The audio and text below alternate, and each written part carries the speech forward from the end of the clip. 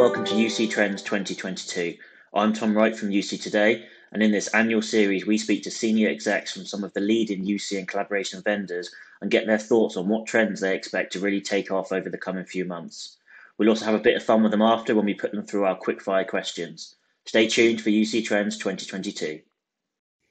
So it's great to have you here, and we're going to get into some of the trends that you're seeing in the UC and collaboration industry in just a few moments. But to start with, I think it would be nice to get an idea of how you ended up in the UC industry and of sort of move to become the leader of collaboration at Cisco.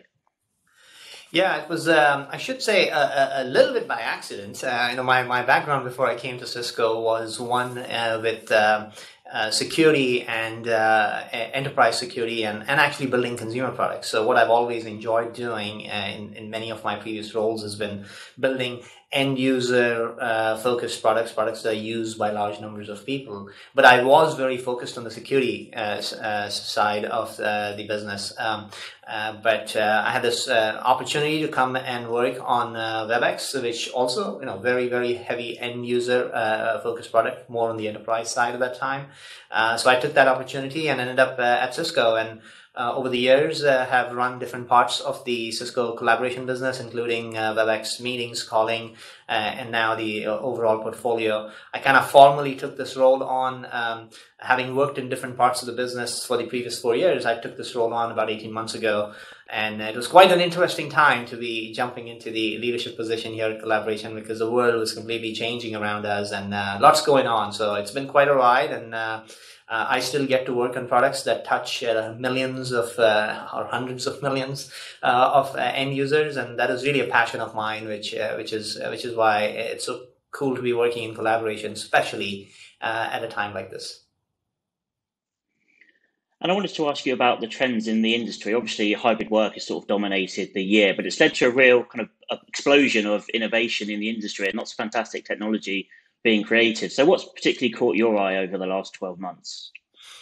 Yeah, so there's been so much going on. I think it's I'm going to need like an hour to kind of talk through all of this. But the few things that have been most fascinating to me have been the end user driving so much of the change, right? So we all went home all of a sudden in March and all had to adapt. And what that did was it in some ways made end users king, right? Which is they made a lot of these decisions to keep things going. They chose the collaboration tools, and that just drove massive adoption of technologies that leading up 10 years preceding, we've been trying to drive adoption of collaboration tools in the enterprise and on the consumer side of things, but it was slow going, and that just got accelerated. Now it takes, video takes front and center. Everybody talks about video being front and center, and obviously video adoption just increased, but you also saw a proliferation of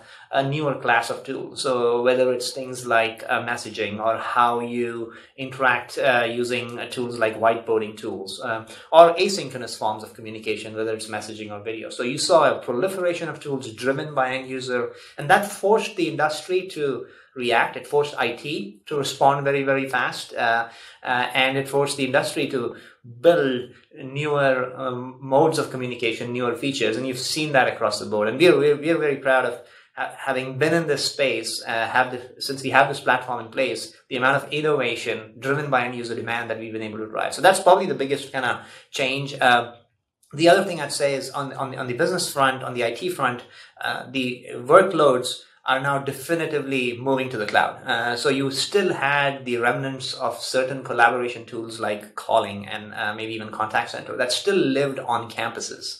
All right, so those have definitively now started the process of moving to the cloud, and that's another example of digital transformation that just got significantly accelerated.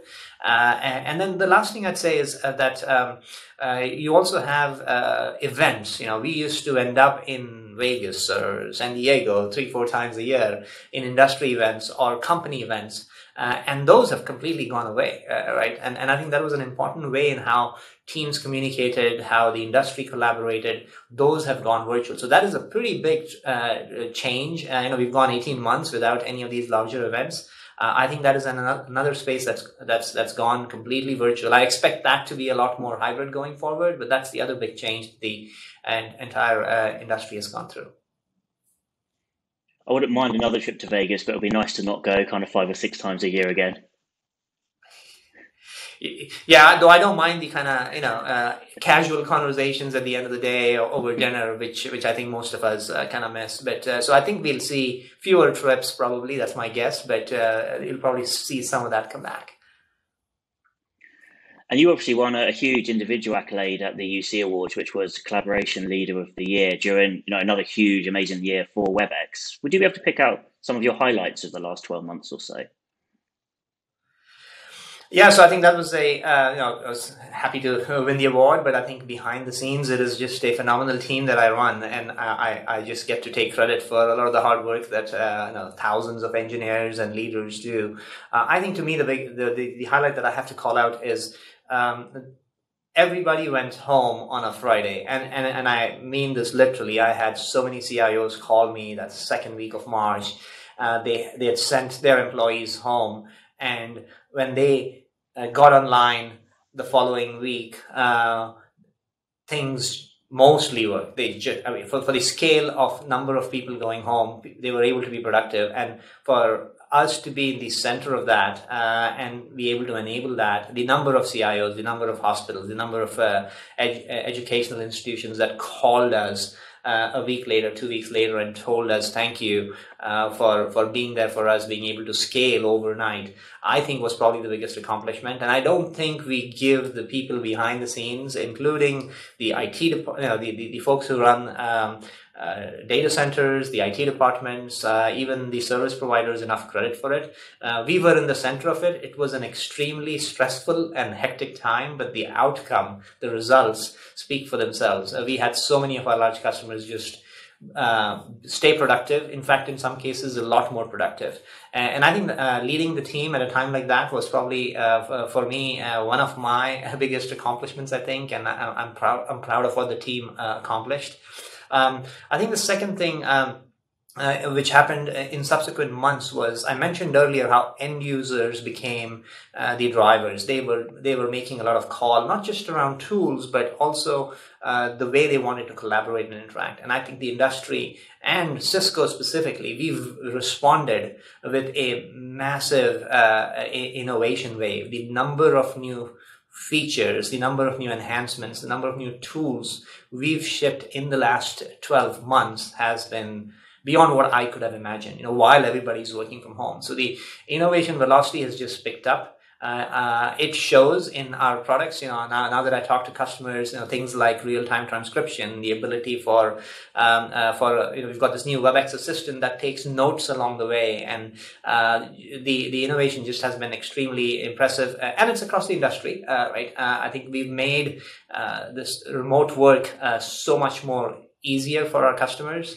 And again, another area I'm very proud of how fast the team has moved. And in doing so, we have so many more happier customers than we did pre-COVID. So I'm really proud of that. And then the last thing would be often forgotten, what we call is customer experience, contact center agents, right? Believe it or not, they're all also working from home, and their job got infinitely harder because they're so used to collaborating inside that contact center when they were physically together. Those interactions, they were able to feed off each other. Now they're all at home supporting, larger demand, larger volume, and how we responded to enable them was the other accomplishment, especially in certain verticals, right? So when you think about healthcare, when you think about retail, the demand just fundamentally changed, and we've built some phenomenal tools to support customer experience for our customers to support their customers, and that's another standout moment, I think, for Cisco Collaboration. Okay, and then my final question for you, Javed, is going to ask you to look into the future, which certainly isn't easy at the moment. But are there any trends that you think are really going to take hold of the industry in 2022? Yeah, I think the last 12 months, every time I've tried looking into the future and projecting what it might be, I've almost always been proven wrong because things were changing so much. But as things settle down, I think one thing that I think everybody will agree on is is hybrid work, right? So we are going to have a hybrid mode of working, whether that is 5% in the office or 20% or 50%, you pick your number. But what that does is you will now have the need to support experiences where there is a larger mix of remote and in the office. We knew how to work when most people were in the office pre-COVID. We learned how to work when everybody was home. What is going to be different is when you have a reasonable mix of the two. And that, we believe, is actually going to drive demand for a newer class of experiences. I think it is extremely dangerous to assume that just because we learned how to work when everybody was home, we are okay. And the best example I use is this people focus feature that we are building, which is what happens when the 5x5 grid has 2 boxes that are 5 people each in 2 different conference rooms. Can you now see how they are reacting? Can you read their reaction? You lose that democratic 5x5 grid where everybody had a box. And it also creates a problem the other way. The people in the room now are able to pick up cues from each other because they're in the room. They're able to have a side conversation. So hybrid work is going to be fundamentally different from the way we've done things before, and our technology is going to go through yet another shift. That's what we're focused on. I think this is where, because we have the advantage of having a hardware presence in the room or at home, and the software that we build, there are unique things we can do. I use the other example I use is just of raising my hand, right? That is a action that our devices in the room can detect and actually signal to the far end that somebody's trying to kind of jump into the conversation. So experiences will change as hybrid work evolves. Now, that's also fundamentally changing how we think about workspaces. And this is the conversation I'm having today with not just IT, but with facilities and HR. They are starting to design and plan. Step one, what does my footprint look like? Is it bigger or is it smaller? Now, many people argue it might be a little, it's going to be smaller. But what does it physically look like? Are we still going to have dedicated workspaces? Is it going to be more open spaces? Is it going to be more collaborative workspaces? And we think that's going to change. And we're rolling out newer devices. And you'll hear a lot more about this at the upcoming WebEx1. I should put a plug for that, where we are adapting our hardware portfolio for this new hybrid world and for these newer workspaces.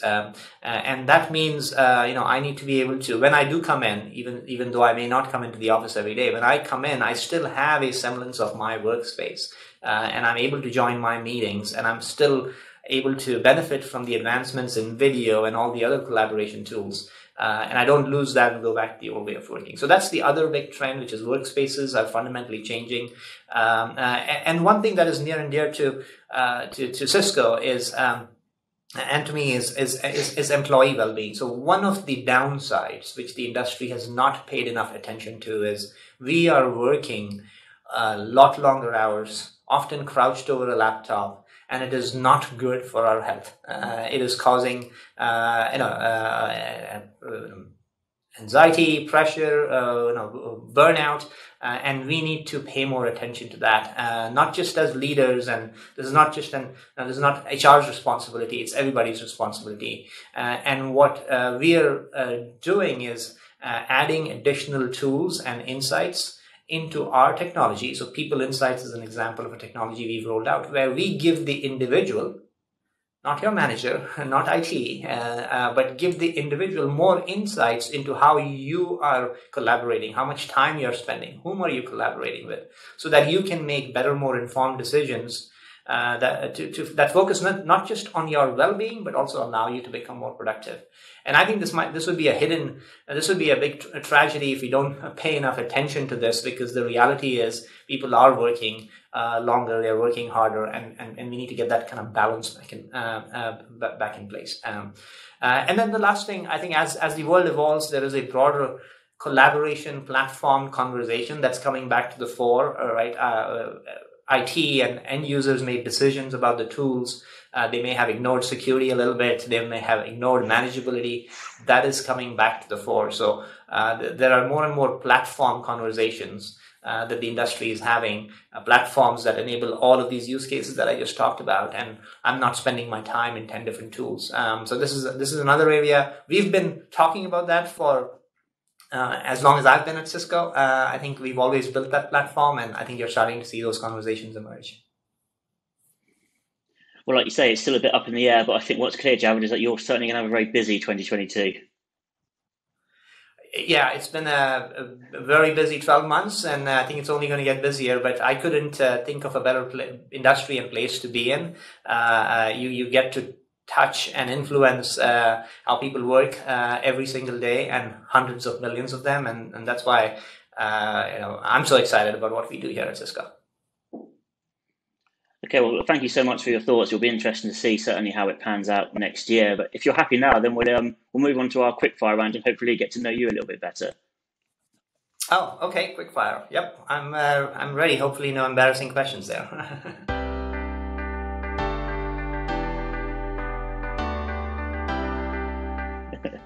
No, okay, here we go. We'll start with an easy one. Describe yourself in 3 words. Oh, 3 words. I think I'd say I'm a glass half full type guy. That's 3 words. Glass half full. What was your first job?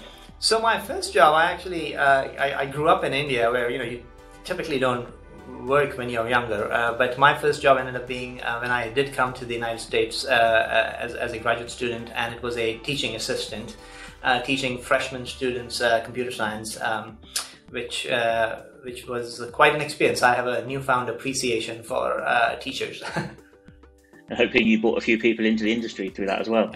Yeah. Who is your favourite band or singer? Okay. One of the nice things about the last 12-18 months has been spending a lot of time with family. So I've got my daughter who's in elementary school. I spend a lot of time with her and my wife, and you end up maybe listening to stuff that you otherwise wouldn't listen. And I'm just amazed at how much time she's spending listening to this new K-pop genre, which is a lot of BTS songs that I listen to, though I'm embarrassed to admit that. But for some reason I've ended up listening to more of her music than mine. That sounds like people are contaminating the algorithm in your streaming service. I can't believe I admitted that, yeah. Okay, then what movie would you say you've watched the most? I think one of my favorite movies that I always go back to is Tom Hanks' Castaway. It kind of has this persistence to it, which I just kind of admire. Yeah. Certainly a classic. What would you say your favorite cuisine is? My favorite cuisine would have to be, I like spicy food, so Mexican food. I'm a big fan of Mexican food. Yeah. And then, what's your morning routine before work? What's my morning routine? I like to start with obviously a cup of coffee, but a good breakfast, because otherwise by the time I get to 9 a.m. I'm getting hangry. So good breakfast. Tell us a surprising fact about yourself. Oh, surprising fact. I actually spent my first kind of full-time job was I spent a few years in Salt Lake City working for Novell, which was one of the early networking companies. I think that's showing my age, but it was. I spent quite a few years living out there. Surprises people when I say that. Yeah. And kind of moving on to that, actually, what if you could live in another country? Where would it be and why? I'm a big city person because that's where I grew up. So one of my favorites would be London, and hopefully I get to do that at some point. Well, if you're ever in London, it'd be good to see you. I'm just a few minutes away. It is one of my favorite cities. I think just the history and being a big city person, it just goes back hundreds of years. So it's just fascinating. What's the most inspirational book you've ever read and why? Okay, I have a lot of books here. I think, let's see, Good to Great, that would be kind of the book that I think is a classic and probably something I'd recommend that everybody read. Yeah. Okay, so we're at the halfway point now. What's your favorite pastime or hobby? Favorite pastime, and I do have time actually. I work long hours during the week, so I like to catch up on my sleep, believe it or not. So maybe sleeping, but when I do have, outside of that, I've picked up tennis a lot during the last 12 months. So it's a socially distanced sport. So playing tennis, that's what you'll find me doing on my weekends. And this one's always one of my favourites. How do you describe your job to your friends and family or people who perhaps don't know the industry as well as you? You know, it used to be a lot harder. It's gotten a lot easier. And all I have to say is I work for WebEx, and I think everybody gets it. It has gotten a lot easier. This is a tough one. What's worse, ironing or gardening? I have to say gardening, actually. I think, just being out there in the sun and physically much more taxing. I'd rather iron my clothes than be out there gardening. Okay, and then that is a tough one, though. If your house is on fire, which two objects or items would you grab quickly? I think it would have to be. Let's see, my cell phone and my passport. Good choice, the passport. People don't normally say that. And if you could invite anyone to dinner, dead or alive, who would you invite? That's a tough one. I think I grew up watching tennis, though I didn't get to play it when I was younger. So it'd probably have to be one of the tennis players I watched growing up, Boris Becker. I'd love to have dinner with them. And this is another tricky one, particularly for people in our industry: virtual or in-person meetings? I think the right answer to that is hybrid. I do miss the informal in-person conversations. What we've been doing is most of our meetings are virtual, but I do from time to time, now that things are a little safer, I've been spending time over lunch or dinner, and I like a mix of the two. Okay, and if you could go back in time for a day, which event or date would you go back to, and why? I'd probably want to see the landing of man on the moon. I'm fascinated by folks who've been able to make it to space, so that would be an interesting event to go back and experience. Yeah, that certainly would be. And we're going to ask you to be a bit reflective now on your career. If you could give your younger self some advice, what would it be? I think I would give my younger self the advice to be more persistent. I think that's one thing I've learned is that you set ambitious goals and stay persistent, and it's amazing what you can accomplish. I think that's something I strive to do today, and wish we'd all do more of that when we are our younger selves. Just a couple more questions for you. What would you say has been your biggest business mistake, and more importantly, what did you learn from it? I think it's related to my previous answer. I think sometimes you surprise yourself with not setting an aggressive enough goal, right? Whether it's technology decisions or what you're asking your team to do. When you set an ambitious goal, you're somewhat limited by your imagination, and when you set stretch goals, I've had instances where the teams met those much sooner than I would have otherwise expected. My biggest kind of business learning over the years has been think really big, because it's amazing what humans can accomplish when you set that ambitious goal. Okay, then my last question, we're going to go full circle now and background to the industry. What new technology do you think is really going to transform collaboration and unified comms? Yeah, so we are very excited about the possibilities, and this is a little bit early with AR, VR, right? So augmented reality and virtual reality. That is going to just open up newer frontiers in terms of how we communicate. And I'm thinking a little further out, right? I think it's still in its early stages. I think the biggest problem we have right now is the clunkiness of that interaction. But we think that as the hardware matures, as the infrastructure matures, that is going to result in new ways of collaborating conversing and interacting that is way beyond today's 2D kind of way of communicating. So we are excited about that, and I think that's going to be a big space over the years. Okay, well, that's it, Javed. You survived the quickfire round. I already feel like I know you better. Thanks so much for taking part today, and I hope we can catch up throughout 2022 as well. Yeah, thank you for having me. That was a fun conversation, and I look forward to catching up in person sometime soon.